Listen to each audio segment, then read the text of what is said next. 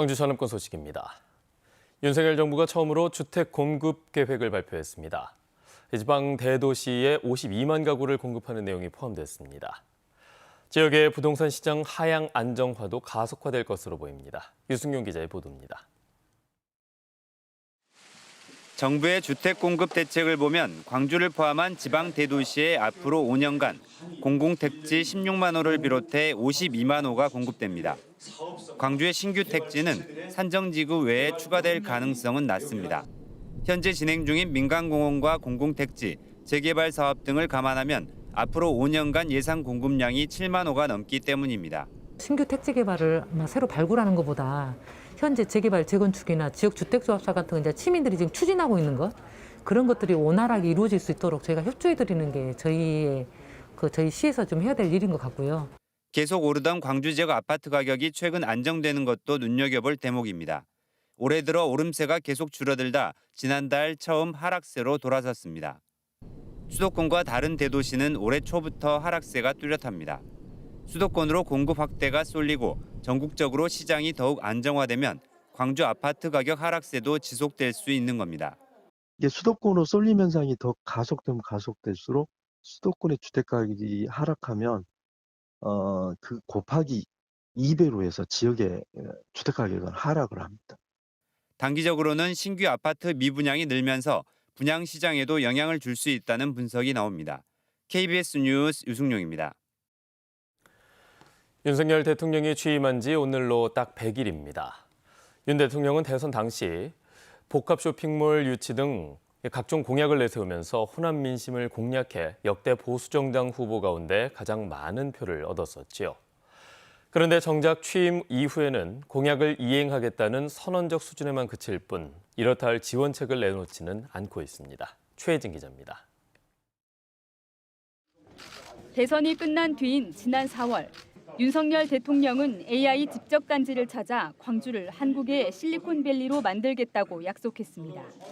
법적, 제도적, 재정적 지원을 아끼지 않겠습니다. 명실상부한 한국의 실리콘밸리로 거듭나도록 힘을 모으겠습니다. 이후 취임한 지 100일, 선거 때 약속한 AI와 반도체 등 각종 지역 공약은 국정과제에 명시하지 않고 이행하겠다는 선언적 수준에 머물러 있습니다.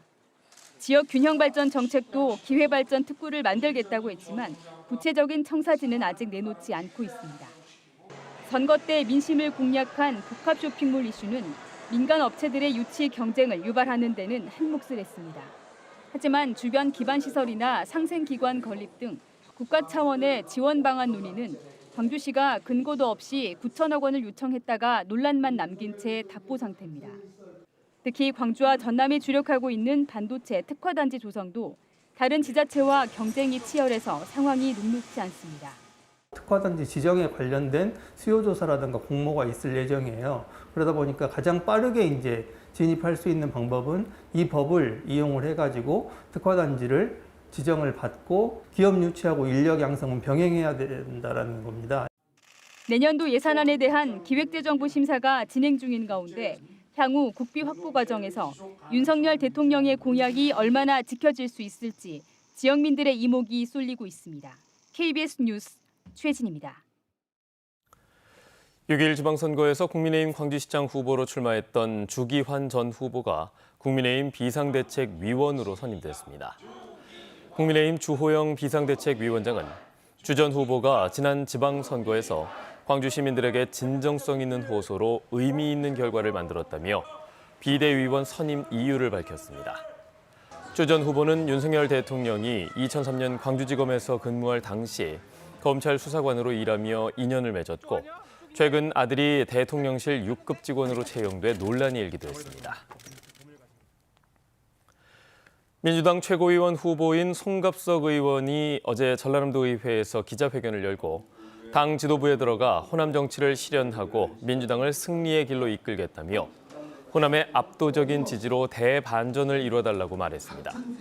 한편 민주당 최고위원 후보인 서영교 의원도 어제 광주를 찾아 광주시 의회에서 기자회견을 열고 광주 군공항 이전 국가사업화와 5.18 정신의 헌법 전문 수록을 이루겠다며 광주에서 자신을 최고위원으로 만들어달라고 호소했습니다.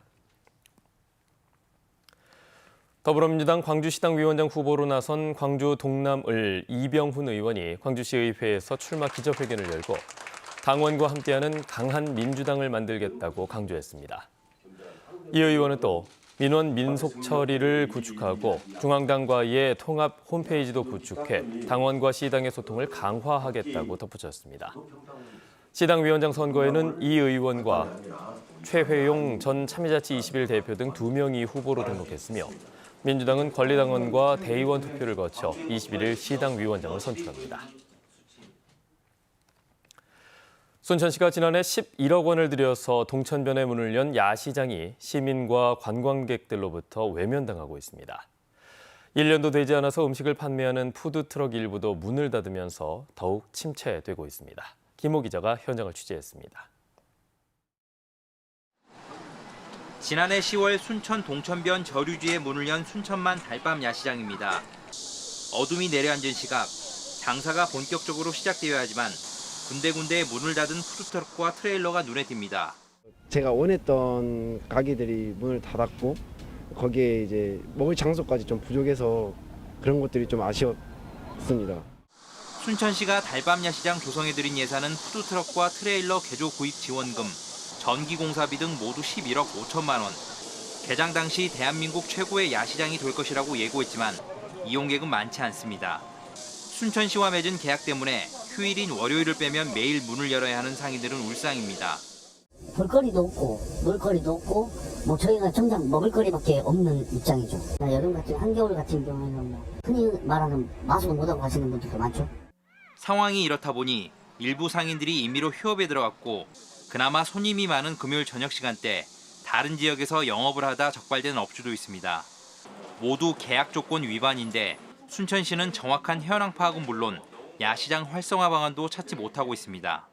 볼거리, 즐길거리를 만들어내는 게 예산도 필요하고 이렇게 아이디어도 필요해서요. 고민을 하고 있습니다.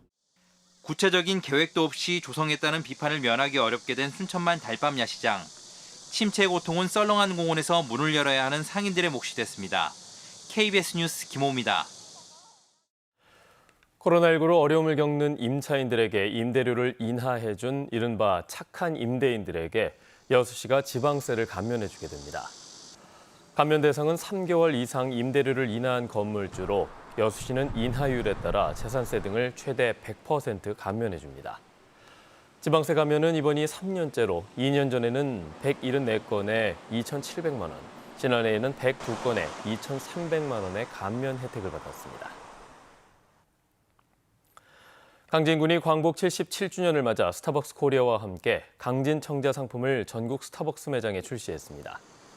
이번에 출시한 제품은 청자 티컵과 청자 트레이 등으로 구성됐고 스타벅스에서 고려 청자의 디자인을 반영해 강진 청자와 어울리도록 제작한 스테인리스 텀블러도 판매됩니다. 이번 스타벅스에서 출시되는 강진 청자 상품의 수익금 중 일부는 독립문화유산 보호기금으로 조성돼 문화재와 문화유산 보존을 위한 활동에 사용될 예정입니다. 목포시가 전국 댄스 배틀 대회를 개최합니다. 목포시는 최근 젊은 층의 큰 인기를 끌고 있는 댄스를 음악과 함께 즐길 수 있도록 9월 30일부터 열리는 목포 뮤직플레이 기간 댄스 배틀을 진행한다고 밝혔습니다. 프로그램은 프리스타일 댄스 겨루기와 게스트쇼, 그리고 시상식 등으로 구성되고 리헤이 등 4명의 국내 최고 댄서들이 심사를 맡을 예정입니다. 무안군이 폭우 피해가 발생한 자매도시 경기도 군포시에 구호 물품을 지원했습니다. 무안군은 갑작스럽게 수해를 입은 군포시 주민들에게 도움이 되길 바란다며 컵라면과 쌀, 그리고 화장지 등을 피해 현장으로 전달했다고 밝혔습니다. 경기도 군포시는 지난 8일부터 내린 누적 강수량이 431mm를 기록했고 주택 등 건물 360채와 지하주차장이 침수되고 토사가 유실되는 피해를 입었습니다. 목포시 의회가 목포대 의과대학과 의대병원 유치를 위한 특별위원회를 구성합니다. 특별위원회는 앞으로 목포대 의과대학 설립을 위해 정치권 건의문 호소와 토론회 개최, 그리고 대시민 캠페인 활동을 전개할 예정입니다. 위원회는 지자체 간 과열된 경쟁 대신 연대를 통해 지역의 역량을 최대한 결집하겠다고 밝혔습니다. 광주 광산구가 내년도 주민참여 예산사업 선정을 위한 온라인 투표를 실시합니다. 광산구는 올해 마을 둘레길 조성과 체육시설 설치 등 37건 9억여 원 규모의 주민참여 예산 사업을 진행 중이며 내년에는 2억 원을 늘려서 추진할 방침입니다. 이에 따라 지난 5월까지 주민 제안을 통해 모은 52건의 사업 가운데 통학로 안전 울차리 설치 등 18건을 1차로 선정했으며 이번 온라인 투표를 거쳐서 최종 선정할 계획입니다.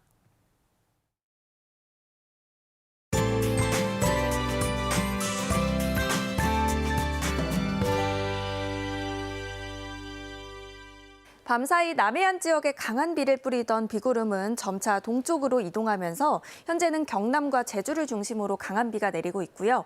광주 전남 지역 중에는 검은도와 초도에 호우주의보가 발효 중입니다. 비는 오늘 낮까지 오락가락 내리겠고요. 특히 남해안 지역은 천둥, 번개를 동반한 시간당 20mm 안팎의 요란한 비가 내리는 곳들이 있겠습니다. 오늘 낮까지 예상 강수량은 광주 전남 지역에 5에서 10, 전남 남해안 지역은 최대 40mm입니다. 오늘 비가 대부분 그치고 기온은 점차 오르겠습니다. 어제는 광주의 한낮 기온이 28도 안팎으로 더위가 다소 주춤했는데요. 오늘은 30도, 내일과 모레는 30도를 웃돌겠습니다. 여전히 체감 온도는 더 높으니까요. 건강관리 잘 하셔야겠습니다. 다음은 자세한 지역별 날씨입니다. 오늘 비가 그친 지역들은 대체로 구름이 많겠고요. 아침 기온은 어제와 비슷하거나 1에서 4도가량 낮게 시작하고 있습니다. 한낮 기온은 담양과 화순 31도까지 오르겠습니다. 고흥의 낮 최고 기온 29도, 보성 30도로 어제와 비슷하거나 최대 4도가량 높겠습니다. 목포의 한낮 기온 29도, 강진 31도, 장흥 30도까지 오르겠고요. 신안을 비롯한 도서 지역은 28도에서 29도에 머물겠습니다. 바다의 물결은 전해상에서 비교적 잔잔하겠습니다. 토요일에는 다시 한번 비 소식이 나와 있습니다. 날씨였습니다. 뉴스를 마칩니다. 여러분 고맙습니다.